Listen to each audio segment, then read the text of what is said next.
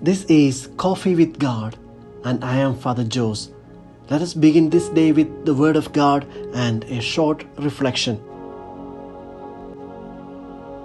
A reading from the Holy Gospel according to St. Luke, chapter 9, verses 51 to 62. The passage is taken from the Message version of the Bible. When it came close to the time for his ascension, he gathered up his courage and steeled himself for the journey to Jerusalem. He sent messengers on ahead. They came to a Samaritan village to make arrangements for his hospitality. But when the Samaritans learned that his destination was Jerusalem, they refused hospitality. When the disciples James and John learned of it, they said, "Master, do you want us to call a bolt of lightning down out of the sky and incinerate them?"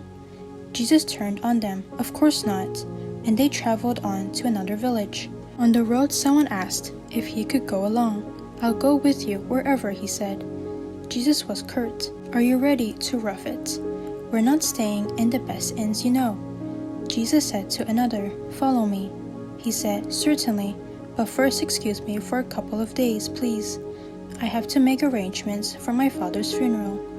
Jesus refused.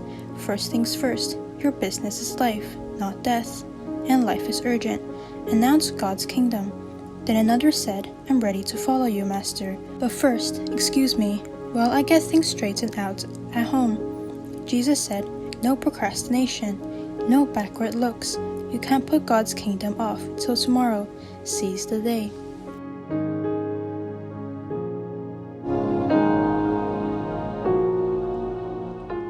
Reflections on the Gospel according to St. Luke, chapter 9, verses 51 to 62. Jesus sets his face hard in his resolute decision to go to Jerusalem, says Luke. He makes use of this passage to respond to the questions raised by the Christians of his community on how should they react to those obstructing their journey with Christ, those who oppose the way. Adherence to Christ is presented in the Gospel with the image of a journey. To believe in Jesus means to travel the same road with him. In the Acts of the Apostles, Luke introduced Saul as one who persecuted those who belonged to the way.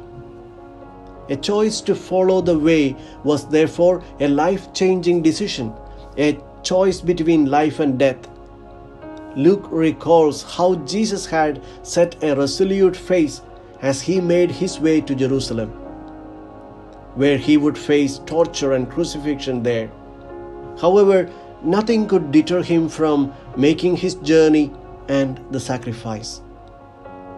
As the journey to Jerusalem begins, the Samaritans refused to accept Jesus in their village, and they blocked his way. Luke finds a similarity in their opposition to Jesus with the hostility against those who followed the way in his time. There is always someone along the way obstructing our journey in faith. How do we counter them? James and John represent those disciples who believe that the opponents of Jesus must be destroyed. They were aware of the story of Prophet Elijah who made fire from heaven and rained down upon the wicked of his time. We read it in the second book of Kings. Therefore, their proposal was to call down fire from heaven to reduce them to ashes.